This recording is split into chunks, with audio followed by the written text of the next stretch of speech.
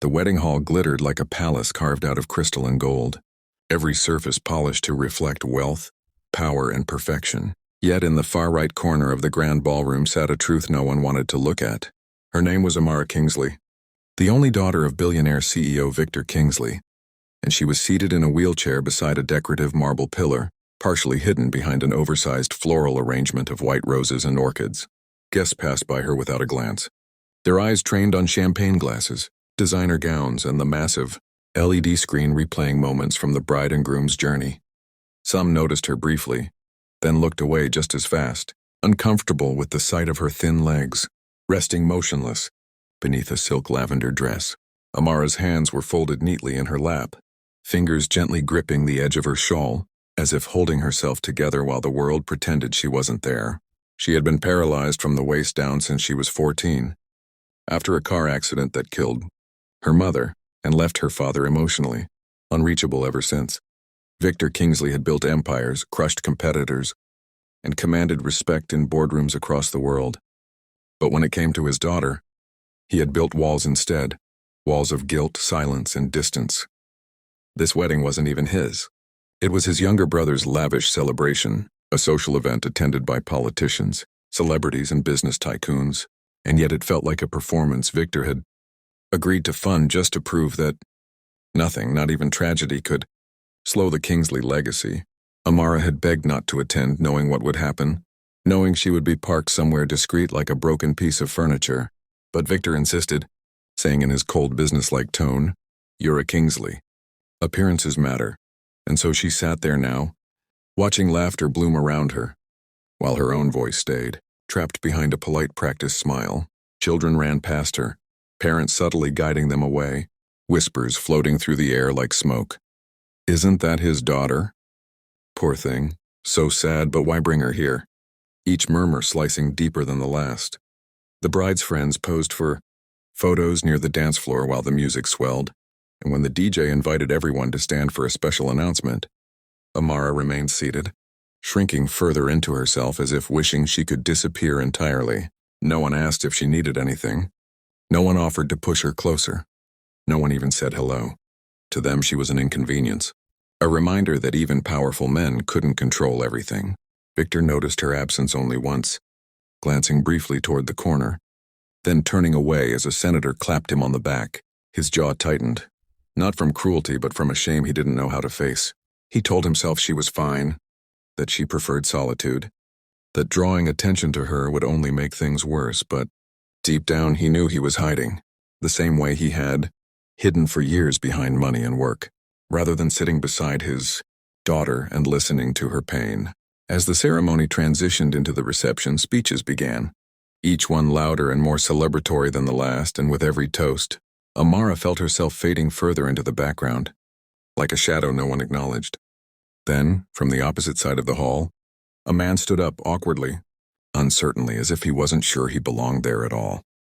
His name was Daniel Carter, a single father who had only been invited because he worked as a senior structural engineer on one of Kingsley Corporation's construction projects and had once saved Victor's brother from a massive financial loss by catching a fatal design flaw.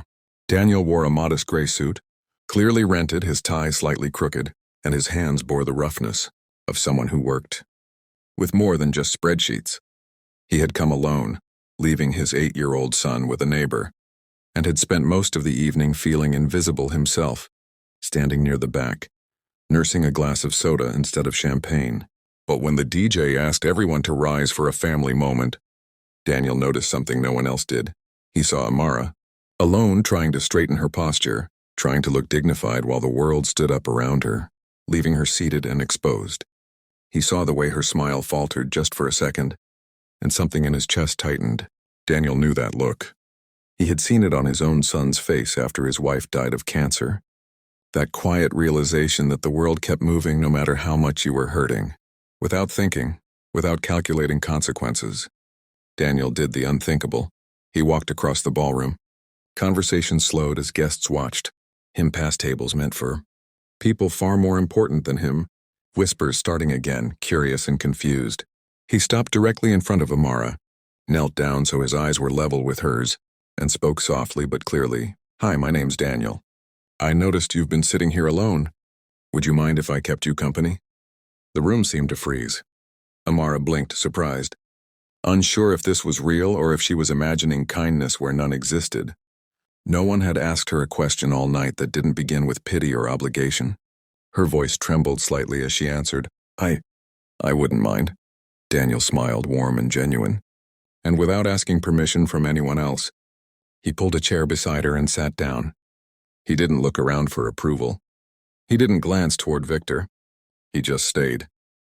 They talked quietly at first about the music, about how overwhelming weddings could be, about how she liked the color lavender because it reminded her of calm places, and with every minute, Amara felt something she hadn't felt in years.